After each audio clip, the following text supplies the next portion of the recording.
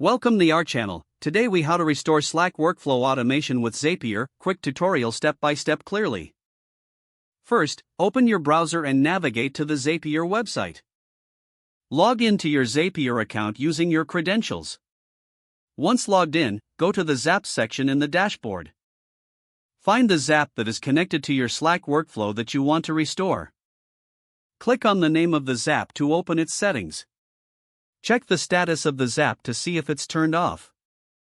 If it is off, simply toggle the switch to turn it back on. Next, review the triggers and actions defined in the Zap. Ensure that the trigger is correctly set to respond to the desired Slack events. If necessary, click on the trigger to edit any parameters. Now, scroll down to the Actions section of the Zap. Verify that the action is correctly configured to send messages or notifications to the appropriate Slack channel. If updates are needed, click on the action to adjust settings or data being sent. After making adjustments, test the Zap by clicking on the Test button.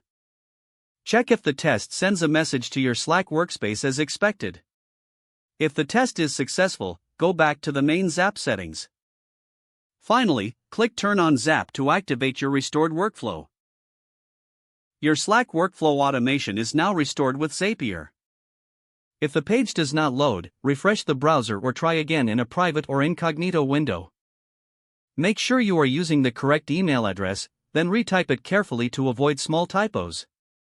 If your password is not accepted, use the reset option and create a new strong password you can remember.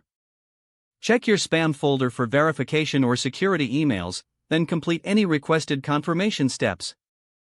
Enable two-factor authentication if available to improve account security and reduce unauthorized access risk. After signing in, review your profile details so your contact information and settings are accurate and current.